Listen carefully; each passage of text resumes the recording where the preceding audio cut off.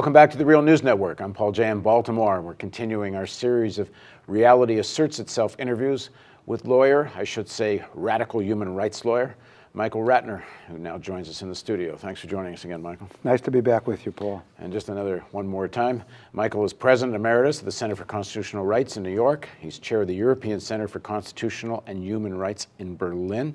He's also a member of the board of the Real News Network and all kinds of other stuff.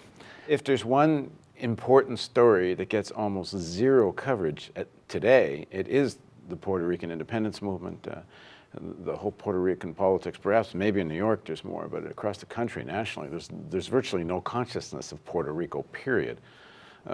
Tell us more about your involvement. That's ebbed and flowed, of course. In the 50s, when I was a kid, some Puerto Rican nationalists shot up the U.S. Congress. They didn't kill anybody, but that was front page everywhere. So you got some consciousness then of Puerto Rican independence. Of course, Puerto Rican was made a colony in 1898. It was originally a Spanish colony. The U.S., claiming it was helping push Spain out, just decided to stay and occupy it as a territory of the United States. And so it has a history of incredible colonialism and still continuing. We can tell stories about everything from sterilization to finishing off the farming, to having a military base on Vieques, an island off Puerto Rico that did bombing runs. It's just an incredibly exploited piece of land, exploited so badly that essentially Puerto Ricans were better off, at least in their view economically, by moving to the United States. It became heightened again in the 70s, I think, when I was a young lawyer, I think in part in New York because there were 1 million Puerto Ricans in New York, 1 million. They're dispersed now as, it's changed suburban more and all that. And there was a liberation movement that was very strong, varying from a very strong nationalist movement, which would have been the most radical movement, to a Puerto Rican Socialist Party movement, which is, would fit in that whole spectrum, to then there being, statehooders on the far right of it. But really in some way, I didn't come at it on my own. I came at it because it was such a huge issue in New York at the time. And because I was representing the draft. I got there through the draft by representing Puerto Ricans who weren't going to serve in Vietnam and who said, we're independent. And I came up with 30 different legal reasons why they shouldn't serve, from false treaties, occupation, they don't vote, all these things. We lost almost every case, but in some ways we won them all. None of them, I think, wound up going to jail because by the time I litigated them and got them sympathetic, and it's a longer story. But I then went from that to representing the Vieques protesters. They were doing, and that became a big issue later on even, but in the 70s, the U.S. military base on Vieques was doing regular bombing runs to drop bombs in the Atlantic. And it was a big fishing place for the fishermen off of Puerto Rico, but in Vieques in particular. And I wound up representing the Vieques fishermen and the protesters. Why are they dropping bombs in the Atlantic? They're testing it. They're testing ordnance and how they fly it and all this. A big military base is probably a third of the island. So that becomes a big issue. And I wound up doing a lot of the work and going to Puerto Rico a lot. Then, of course, there were lots of bombings going on. And this is all through the Center for Constitutional Rights? It was all through the center, but there was a lot of work going on, not just at the center, but the center was really doing a lot of the legal work around Puerto Rico, and others on their own. There were grand juries that tried and destroy the Puerto Rican movement, that tried to call people in to be questioned and all these kind of things. So it became, in the 70s, it was a very big issue. And then there's another place where the United States, in the name of getting Spain out, colonized, and that was Cuba. And you go there in ’73. How does that come about? We always called, or maybe Fidel, or maybe the poet Jose Marti from Puerto Rico they used to call Puerto Rico and Cuba two wings of the same bird. Really, they're sisters in a way, and two wings of the same imperialist bird, I think is what is meant. Cuba ostensibly got its independence, but was dominated and controlled by the United States. And also a military base, which is still there, which represents my work over the years with Haitians and now Guantanamo. Guantanamo is Cuban. U.S. has a forever lease there, essentially. I went to Cuba in '73 the first time. By that time, it's interesting, I forgot this, but I was already representing the Venceremos Brigade. The Venceremos Brigade would send progressive Americans to Cuba to do work, sugarcane work or construction work, as a way of breaking the blockade of Cuba. And so my first trip was in '73. Before then, for 2 years, I'd probably been representing the brigade. They probably weren't that much in existence that much longer, 5 years or something. And eventually I went on a brigade. That was in '76. I did construction for 6 weeks. Fascinating time, obviously. But my first trip was '73, and of course many stories about it, but the main one that comes to me now about it, I mean, first of all, we thought it was going to be a workers' socialist paradise. And in part, it felt that way. I mean, this was, look, Che was only killed in '68, so he was killed, 5 years before. So you still were with the comrades of Che. You go to Cuba in '73, the Vietnam War is still going on.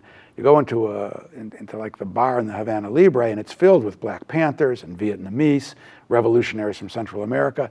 It was a heady, incredible feeling. And of course, you went out to the schools and the fact that all the school kids had to do work in the farms for 6 weeks, and then the rent is 5% of your income, et cetera. There was at least a very positive feeling. I'm not saying more negative things, but certainly for young people like us coming out of the United States and out of what had been a revolutionary time even for us, it was a really heady atmosphere in 1973 in Cuba. But I remember a conversation I had talking about the U.S. and imperialism. And it's June 1973. I'm sitting down with the dean of the law school, and there was very little law in Cuba. They pretty much got rid of capitalist law. It was run by, there were popular tribunals in each community and all these kinds of things. But there was still a law school, not with a lot of people in it, but there was a law school.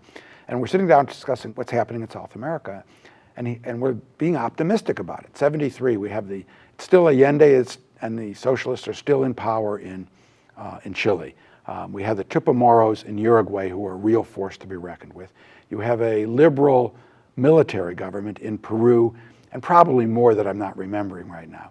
And we're saying speaking of socialism or progressivism, is really on the ascendancy.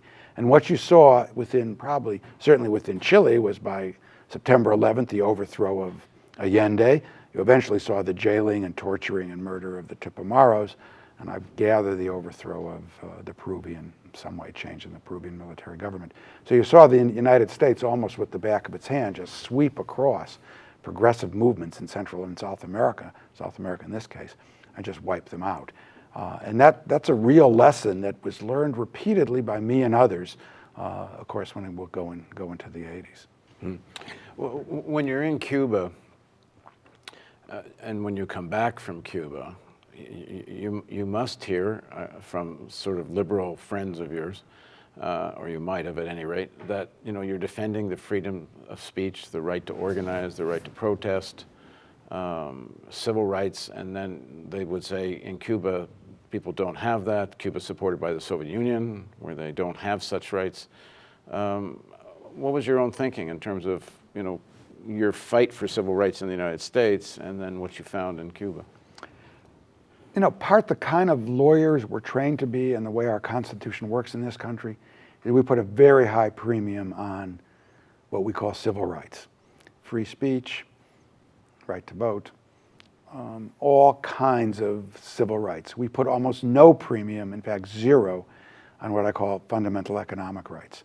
The right to health care, the right to shelter, the right to school, the right to work. Really almost none. And lawyers are trained in a certain kind because that's what our Constitution reflects. It doesn't guarantee those rights. It guarantees my right to sit here and talk to you. Yeah, you can pursue happiness, but there's no guarantee of a job. Right. So and actually our legal system isn't one that can get at what I call fundamental economic rights.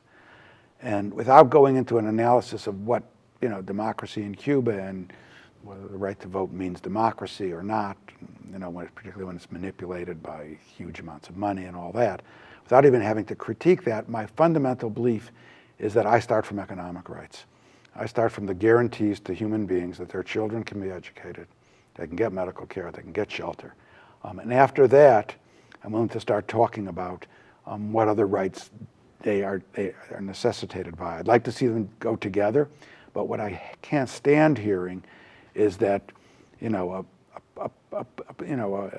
poor sugarcane worker in Cuba who can work before the revolution 4 months a year and the rest of the time is homeless because they only have to plant the crop and pick it for 4 months, that person has a right to free speech, and that is somehow more important than that person's economic security or his children's. That's my basic take on it.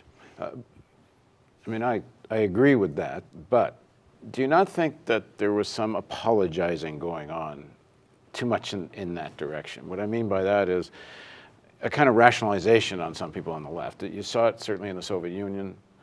People would go and come back with that, oh, they have universal health care, they have this and they have that. And to some extent with Cuba, though, I don't think the situation was ever as politically restricted or repressive, if you want, in Cuba as it was in the Soviet Union. But that these things do matter. They both matter, is I guess what I'm saying. You know, what we have here is a superficial democracy if you don't have economic rights. Right. But if you're going to actually be able to defend your economic rights in those kinds of countries, you have to be able to have right to speak and organize and things. Right. I'm not saying they don't matter. I think they should be coterminous, and you should I'm not have suggesting them. you're saying. No, but I'm saying when I come back, if I come back here, and your point is about how perhaps even people like me or leftists or others look at those in terms of, would I come back and say, well, Cuba does great on this, but it does terrible on this, with the exception of some exceptions, I would say. I would not make that talk here, and I don't make it because because what I'm doing by that is essentially reinforcing the dominant narrative in the United States. And the question is how you can, it's a hard question you're asking, because how do you have credibility on what you're saying about Cuba without also embracing, yes, it's not a perfect society. I think you obviously have to say that. But how do you do it in a way that it doesn't reinforce the dominant narrative in the United States, which is Cuba is just this repressive country that doesn't have unions, that doesn't have free speech, that doesn't give people a share of their government. I mean, there's ways I can take it on with popular power and all that, but in a substantive way. But I do think the real issue, and it's a hard issue. I think it's a hard issue. The problem is that the narrative in this country is so bad on these issues, whether it's around Cuba or other countries, that you have to be very careful about how you do that, or else you become essentially, you say, oh yeah, they're doing this good, but we have to get them on this. Now, as I say, there's some exceptions. Obviously, when Cuba went after, homosexuals the way it did, that was, that. I don't think the left held its tongue on that particularly. Maybe some, but. But there's an interesting debate that's still happening in Cuba, but a few years ago broke out, where one of the scholars there was saying that, if you're going to introduce co-ventures with Spain, you're going to start having some forms of private ownership. You're going to have all this tourist dollars coming in, and you start to have a stratification between who gets access to these tourist dollars and who doesn't. That, if not before, at least then, there needs to be the right to have independent unions. Because now you have the state and the party in kind of a conflict of interest situation. So that kind of discussion, that people have had a lot of, obviously, on that. That's a big discussion, and has been for years. When we go to Cuba, my driver sometimes is a doctor who makes more money because I pay him in $25 a day, years ago this is, but he would make more money from that than he'd get in Cuban pesos. So that discussion of the two-tiered system and what tourism means, that's a very heavy discussion. I mean, the problem is obviously some of it, is the nature of a revolutionary government that takes power through military means. Part of it is maybe that, but part of it is being a completely isolated country in the center of the Western Hemisphere. And when you see what the U.S. did, whether it's in Chile or when we talked about it, or in the Tupamaros, or what it did in the 80s in Nicaragua, is we're not going to have another Cuba in this hemisphere.